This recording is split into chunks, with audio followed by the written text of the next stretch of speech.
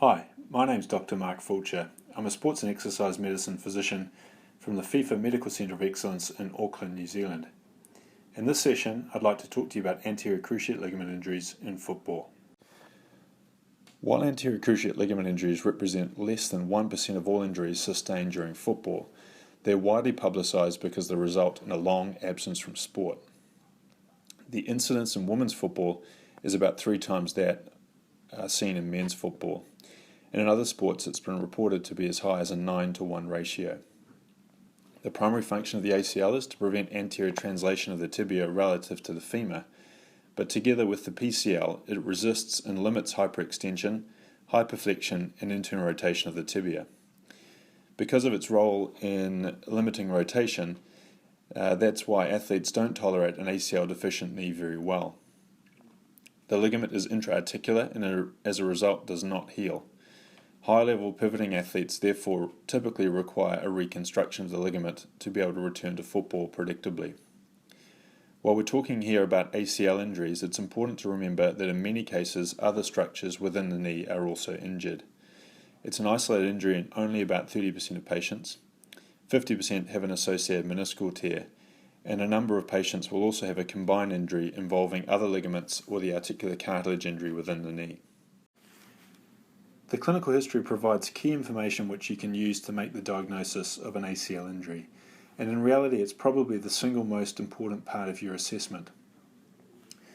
It's important to realise that the majority of ACL tears are non-contact injuries, with about 70% being as a result of a pivoting injury, with only 30% being due to direct trauma. Many patients will describe a strong sense of instability or of something going out of place, and will often talk about dislocating their knee or use their hands to illustrate what they felt happen in their knee. 50% of them will describe a popping or snapping sensation, which can be something that they hear as well. And about 70% will have a rapid onset of swelling, which implies a hemarthrosis within the knee. The main thing which can present in this way that isn't an ACL tear is a patellar instability episode, and it's important to keep that in the back of your mind. Hopefully by the time you finish taking your history, you'll have a clear impression about what the injury is likely to be. With regard to clinical examination, patients will typically have difficulty weight bearing. They'll usually have an enlarged effusion, and they may also have joint line tenderness. The tenderness is often due to the hemarthrosis itself, but can also be due to an associated meniscal tear or because of the characteristic impaction injury they get. There are several clinical tests though which are useful to assess the integrity of the ACL. Lockman's test is the most single reliable test with a reported sensitivity of 85% and specificity of 95%. But if you combine that test with an AP draw and a pivot shift test, you can increase the sensitivity and specificity even further. And so those 3 tests are the best individual tests for assessing the integrity of the cruciate ligament, the anterior cruciate ligament. Patients who you believe may have injured their ACL require further investigation. And I think that plain films or x-rays are the most useful initial investigation. Firstly, they can demonstrate other pathology which can present in a similar manner, like fractures. But secondly, there can be some important clues to the diagnosis on plain film. On an AP view, you can see an avulsion fracture from the lateral tibia, known as a Sagon fracture, which is highly suggestive of an injury to the ACL. You can also assess for skeletal maturity in adolescent athletes, and that has a bearing on how the patients go on to be managed. On a lateral view, you can see potentially an avulsion from the tibial spine, which is more common in adolescent athletes. And you can also demonstrate an effusion or lipohemarthrosis and an impaction injury to the lateral femoral condyle, which can also point you in the direction of an ACL injury. MRI scan, though, is the best single test for documenting the injury and for assessing any associated damage to meniscal and chondral surfaces, and can also highlight injuries to other ligaments in the knee. It's 95% sensitive and specific for ACL injuries. MRI is not so good though if you suspect a partial injury to the ACL. It's got a relatively low sensitivity and specificity for determining whether the tear is partial thickness, and in that setting, looking for other radiologic signs which might imply a full thickness tear, like a lateral bone bruising impaction injury, is a useful thing to do. Immediately following the injury, it's important to protect the knee from further injury.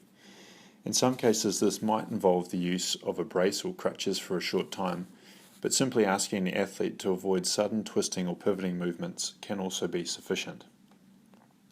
It's also important to encourage early movement of the knee and to start a basic strengthening program, as both pain and swelling can create muscle inhibition and atrophy, which can delay recovery.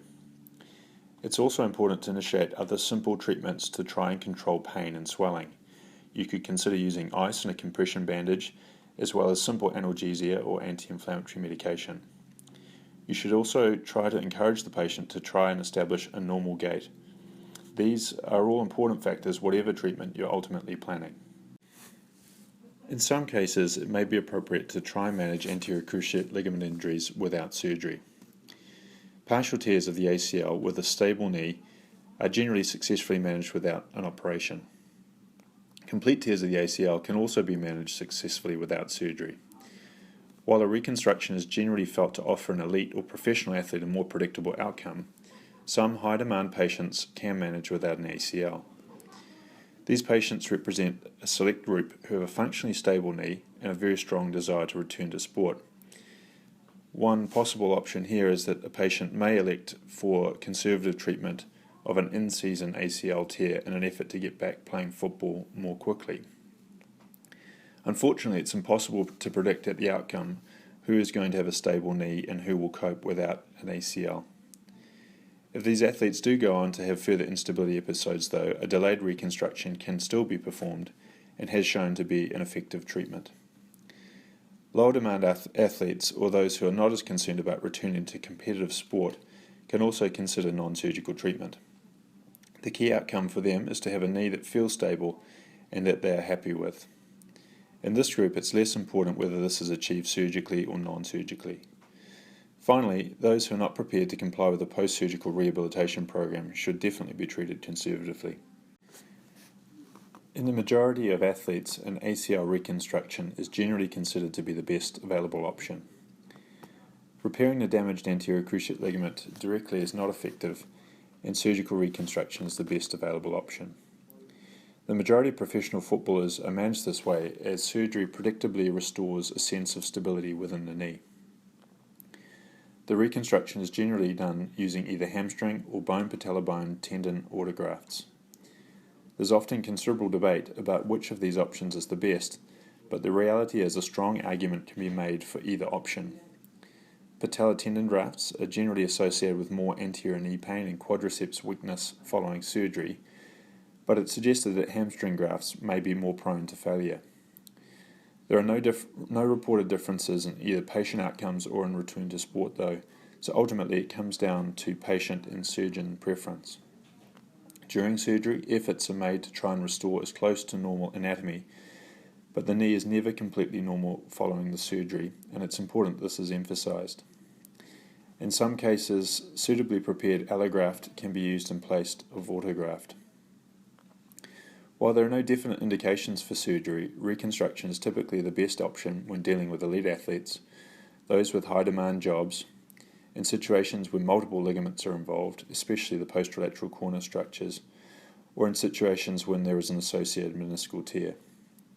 Surgery is also the best option when there's been a failed non-surgical treatment with recurring instability episodes. An interesting situation is how to manage the increasing number of adolescents who sustain an injury to their anterior cruciate ligament. These athletes typically have poor compliance and are very likely to return to football and to have recurring instability. There has been some concern about the possibility of damage to the open physis during surgery, but most now accept the risk of this is low and manage these patients with a transphyseal hamstring graft reconstruction. The idea being here to try and protect the knee from further damage due to recurring instability. Following surgical reconstruction, or indeed a period of immediate rehab, a coordinated rehabilitation program is needed, which incorporates range of motion exercises, a progressive strengthening program, and proprioceptive exercises. Immediately following a surgical reconstruction, the knee requires a period of protection to allow the graft to heal and integrate. The graft initially becomes weaker after surgery and does not reach its full strength until about 2 years post-operatively.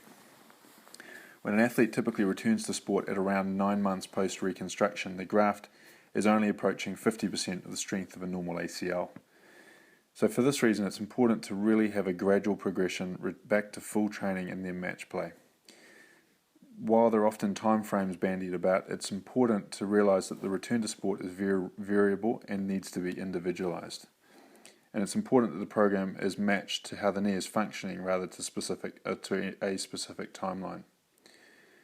While returning an athlete to sport, it's important to consider why the initial injury may have occurred and address some of the risk factors which contributed to that injury. For example, some poor proximal stability or poor landing patterns. And where possible, it's also useful to use some objective tools, and there are some well-validated measures for this. I think increasingly we're also realising the need to consider psychological factors, and these are a key component now of return to sport programs. The majority of those who do have an ACL reconstruction typically report good knee function and are able to return to sport. But whether it happens is largely dependent on when the injury happens and who it happens to. So it's been reported that 90% of professional footballers are back playing at that same level within 12 months. If you consider the population as a whole though, with a large meta-analysis which looked at 5,700 reconstructed knees, it doesn't look quite so positive. About 60% of those who had a reconstruction returned to their pre-injury level of activity, but only 44% of the total group returned to playing competitive sport. The level at which the athlete was competing at before their injury also dictates whether they're able to return to professional sport or high-level sport as well. For example, an academy athlete who sustains an injury to their ACL has a year away from football is very unlikely to go on to have a professional career at that club. And in contrast, an established professional who's already under contract is far more likely to return to the same level of competition. Whether it's sensible to return to competitive following an ACL injury is unclear. We know that those who have injured their ACL are more likely to go on to develop osteoarthritis in that knee than those who do not injure their ACL.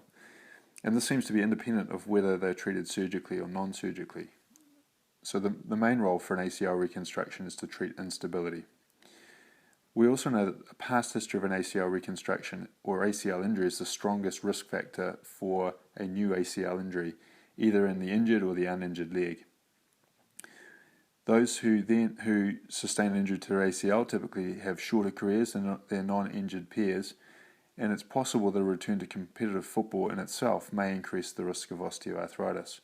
So the outcomes really are guarded, and we need to look at ways to try and prevent the initial injury occurring.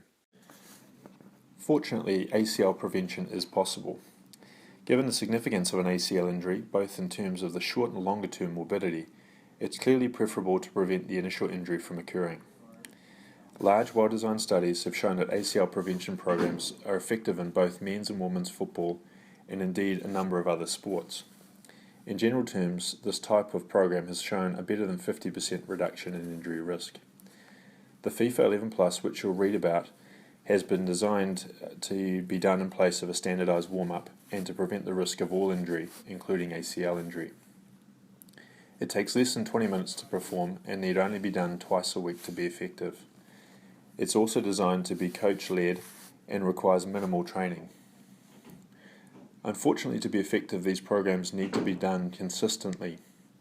The influence of compliance and its importance has been highlighted well by the experience in Norway with ACL prevention programs in team handball.